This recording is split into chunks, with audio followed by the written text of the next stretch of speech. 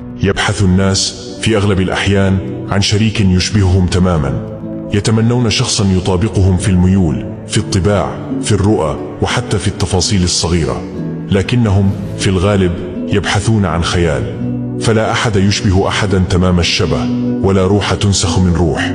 الحب الحقيقي لا يقوم على التماثل بل على التفاهم، لا على التطابق بل على التنازل.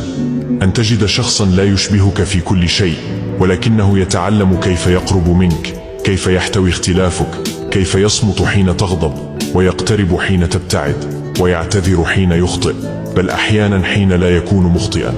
ذاك هو الحب الذي يبنى، حب ينمو بالتدرج لا بالاندفاع، حب يصمد لأنه اختار أن يتنازل لا أن ينتصر، واختار أن يفهم لا أن يجادل.